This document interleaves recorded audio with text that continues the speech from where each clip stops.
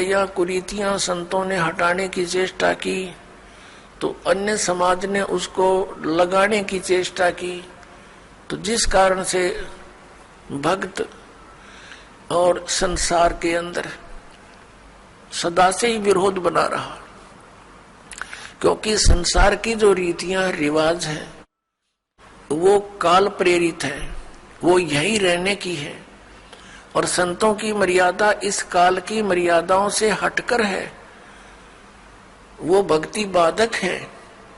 इसलिए अन्य समाज के लोग कहते हैं देखो इन्होंने तो माता धोकनी भी छोड़ दी, इन्होंने तो बाबा श्याम जी भी नहीं पूज रहे हैं, ये तो ऐसे भी नहीं कर रहे हैं, ये तो दिवाली भी नहीं मना रहे हैं, ये कैसे हो गए हैं, इन तो बट्ठा बैठा दिया।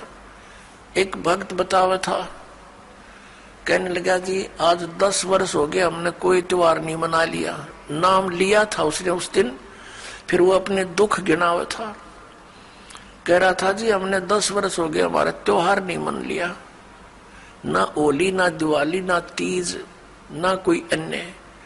क्या कारण कि हमारा परिवार है, कभी तो हमारे घर में कोई खुद जवान भाई की मृत्यु हो जाती है, 1 वर्ष उसकी चिंता पूरी होती है, तब तक दूसरा कोई रिश्तेदार निकट में जैसे बहन का पति मर गया, फिर त्योहार मने नहीं, फिर कोई बिल्कुल साथ में का केताऊ का मर गया जवान, फिर ऐसे फिर लड़का मर गया, 10 वर्ष हो गए हमने त्योहार नहीं मना लिया। तो फिर इन त्योहारों को किस लिए मनाते हैं, या तो फिर भी मनाओ अगर इतने कंपलसरी है तो। ये कहने का भाव ये है यहाँ कुछ मनाने की जरूरत ना है, या तो भगवान के गुण गान की आवश्यकता है, और उस समय को याद रखे, ये जाने का समय याद रखे। अब हम कितने मूर्ख बना रखे हैं। ये दास सत्संग करने जाया करता था तो वहां ऐसे ही भक्तों के साथ हमारे जो एक आध भक्त नाम लेता, वहां पाठ करते, हम 2-3 दिन रुकते, तो एक व्यक्ति जैसे ही बुला लेते जी आज उस ज्ञान समझ लो, वो बुला ले उसको, वो बैठ कर लगा एंड बैंड बोलन।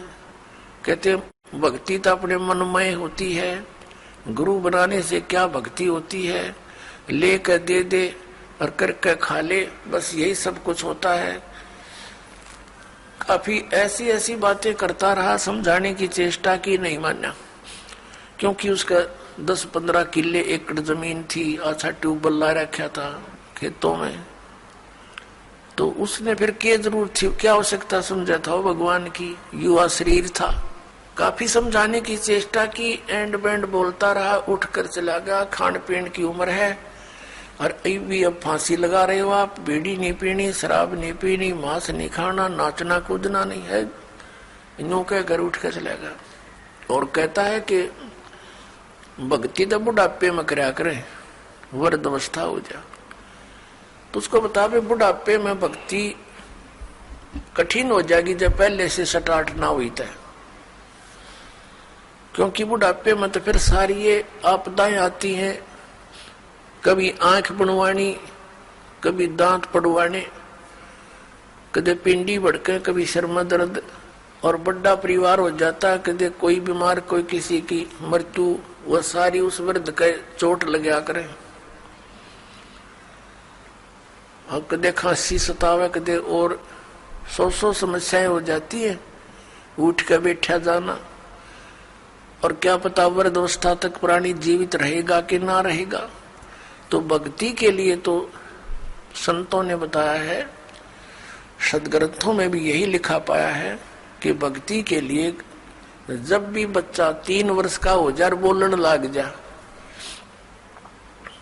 3 वर्ष के बालक को उपदेश दिला देना चाहिए, जैसा भी करे वो थोड़ा बहुत करता रहेगा। क्योंकि घर में जब चर्चा चलती है, मंत्र चलेंगे तो वो भी बोलेगा, अपने आप बोलता रहेगा, बच्चे को ज्यादा असर होता है, प्रभाव बनता है।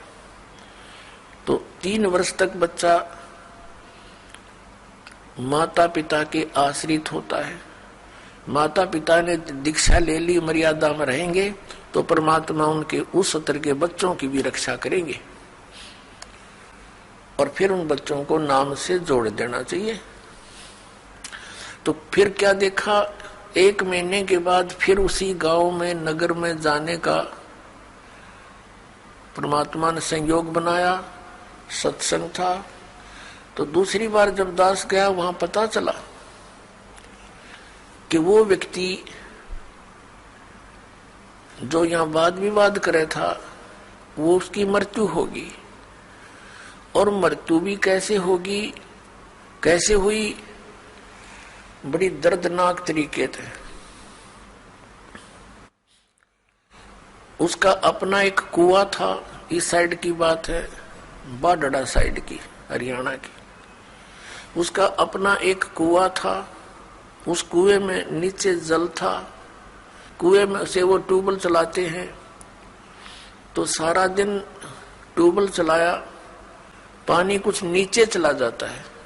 वो पानी नीचे चला गया कुएं का, और वो स्नान करने के लिए वो क्या करता था, उस कुएं में ही उसने नीचे पत्थर की पैड़ी सी लगा रखी थी, उन पर बैठकर स्नान करता था। जब कुएं का पानी भरा होता था तो वो ऊपर की पैड़ियों पर बैठकर वहीं नहा लेता था।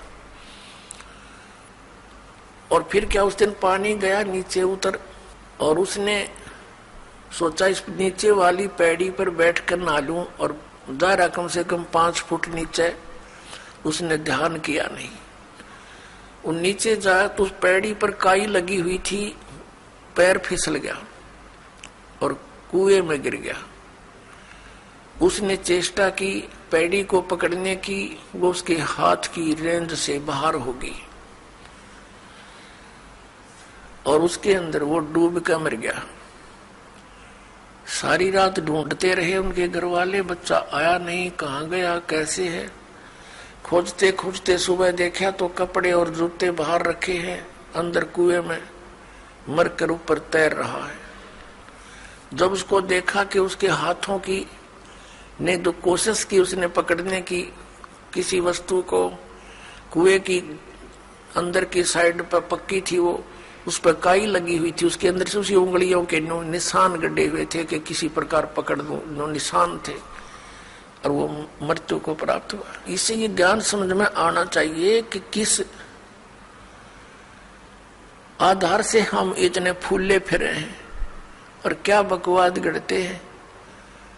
अब वो वृद्ध होया ना, भक्ति उसने करी नहीं, अब पता नहीं कहां धक्के खाता फिरेगा, कोई गधा बनेगा, कुत्ता बनेगा।